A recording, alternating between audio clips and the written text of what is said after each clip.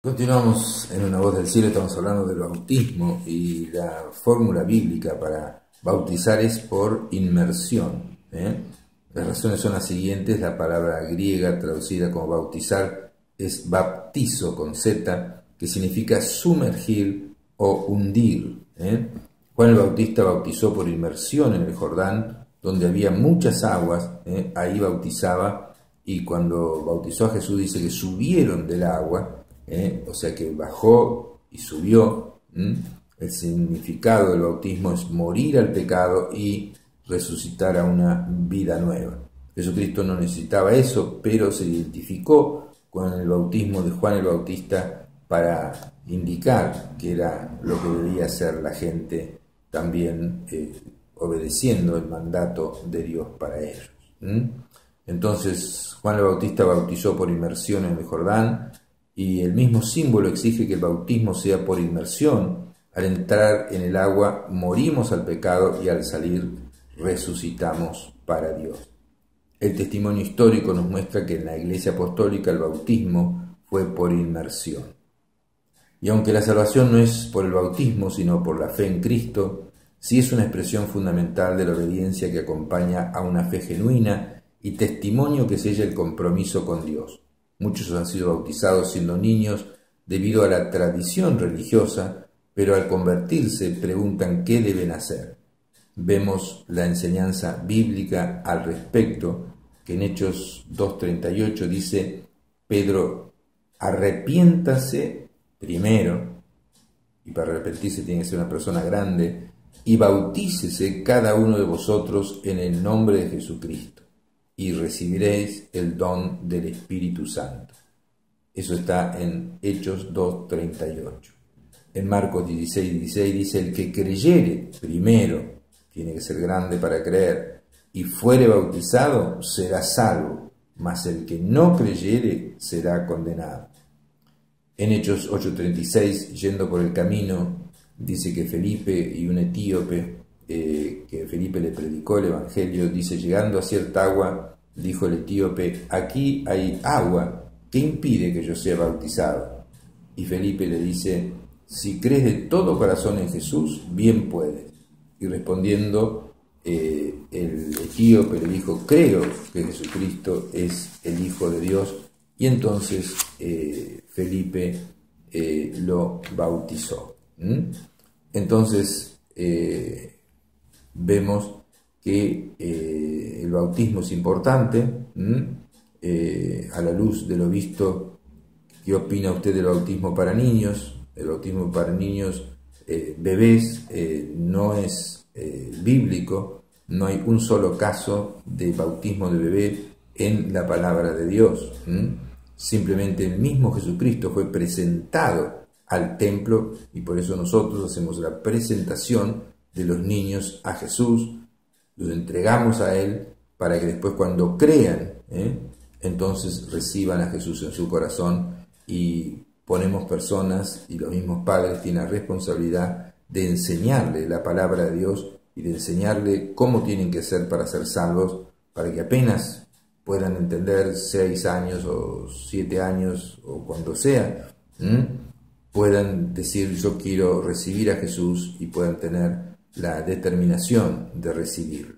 Antes ya son de Jesús, porque Jesús dijo: dejad a los niños venir a mí, porque de los tales es el reino de los cielos. Los niños son de Jesús. Si parte un niño antes de nacer, o cuando es bebé, o cuando tiene 2 o 3 o 4 o 5 años, ellos van al cielo directo, porque todavía no tienen la responsabilidad de el pecado. Pero hay que instruirlos, y lo antes posible tratar de que ellos crean en Jesús, reciban a Cristo y sean bautizados como señal de lo que ha ocurrido en su interior. Otro de los ritos que tenemos es la Santa Cena, o la Eucaristía. Es un rito externo instituido por el mismo Señor Jesús, en que la Iglesia reunida come el pan y el vino en señal de su constante dependencia del Salvador crucificado y resucitado como la fuente de su vida espiritual. El pan lo comen todos y el vino lo toman todos.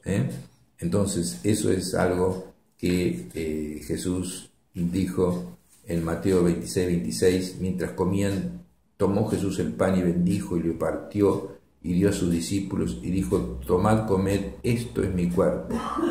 Y tomando la copa, Mateo 26, y habiendo dado gracias, les dio diciendo: bebed de ella todos, porque esto es mi sangre del nuevo pacto que por muchos es derramada para remisión de los pecados.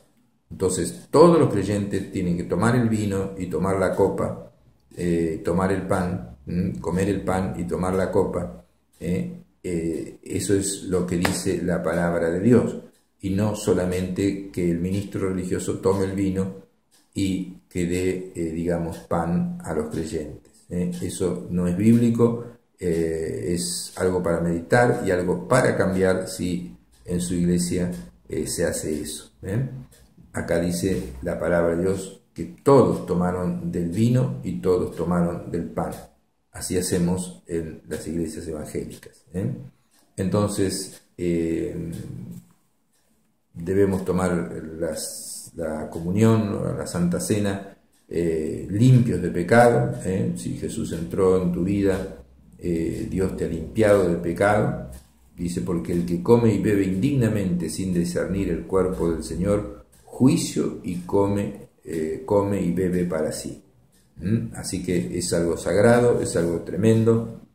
No puede tomar la Santa Cena una persona que vive en pecado, y si es creyente y está en pecado tampoco puede tomarla. Así que eso hay que respetarlo. Entonces, no es bíblico que se administre solo pan a los creyentes, mientras el que oficia sí toma el pan y el vino. ¿Cómo debemos participar de la Santa Cena? Hemos visto el significado y la solemnidad de la Santa Cena. Es un momento muy precioso de comunión con Dios, y en ella le expresamos a Dios nuestra gratitud por la muerte redentora del Señor Jesucristo, nuestra identificación con ella y nuestro gozo por la comunión con Él.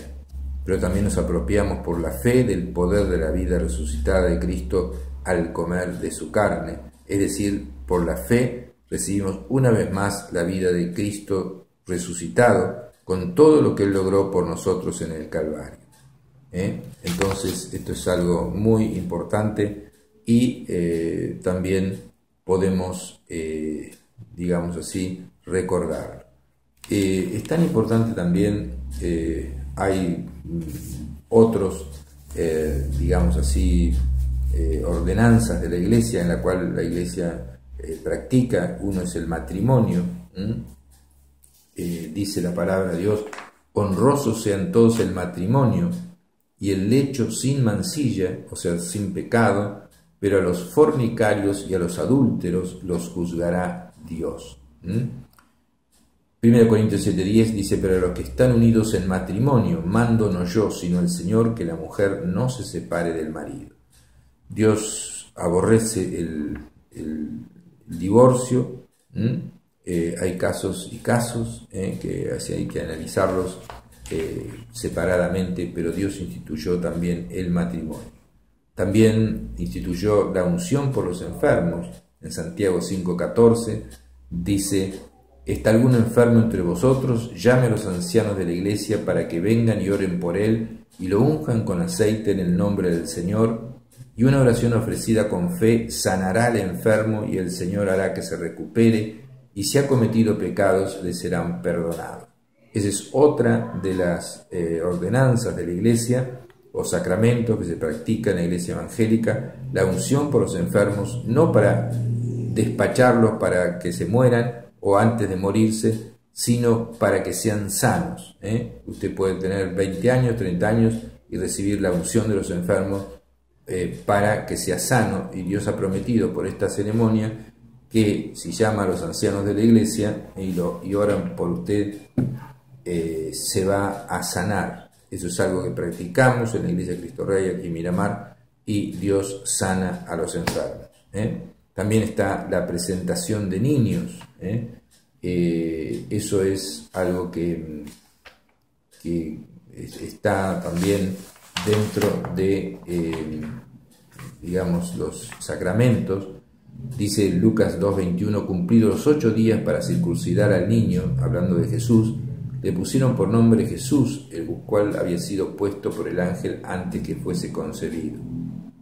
Y él lo presentaron en el templo, y movido por el Espíritu, una persona llamada Simeón vino al templo, y cuando los padres del niño Jesús lo trajeron al templo para hacer conforme al rito de la ley, él profetizó y habló del niño.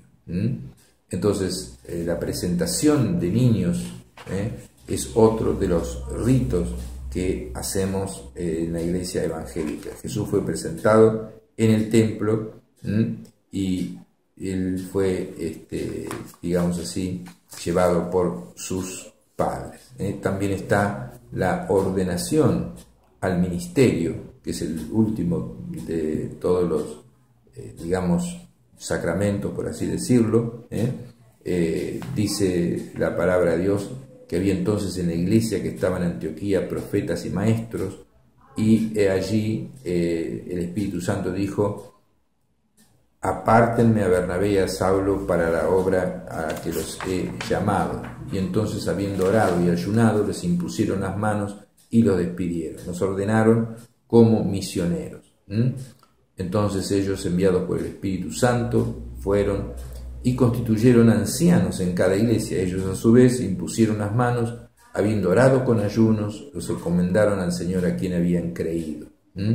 Entonces dice la palabra de Dios en 1 Timoteo 4:14, no descuides el don que hay en ti, que te fue dado mediante profecía con la imposición de manos del presbiterio. Se ordena imponiendo las manos sobre la cabeza de aquellos que el Espíritu Santo ya los ha llamado para trabajar para Dios. Entonces, dejamos aquí, estamos con los, digamos, sacramentos, el bautismo, la Santa Cena, el matrimonio, la unción por los enfermos, la ordenación al ministerio y la presentación de niños. Eso es lo que hace la Iglesia, y hace muchísimas cosas más, y vamos a estar comentando en el próximo programa. Un abrazo fuerte y Dios le bendiga.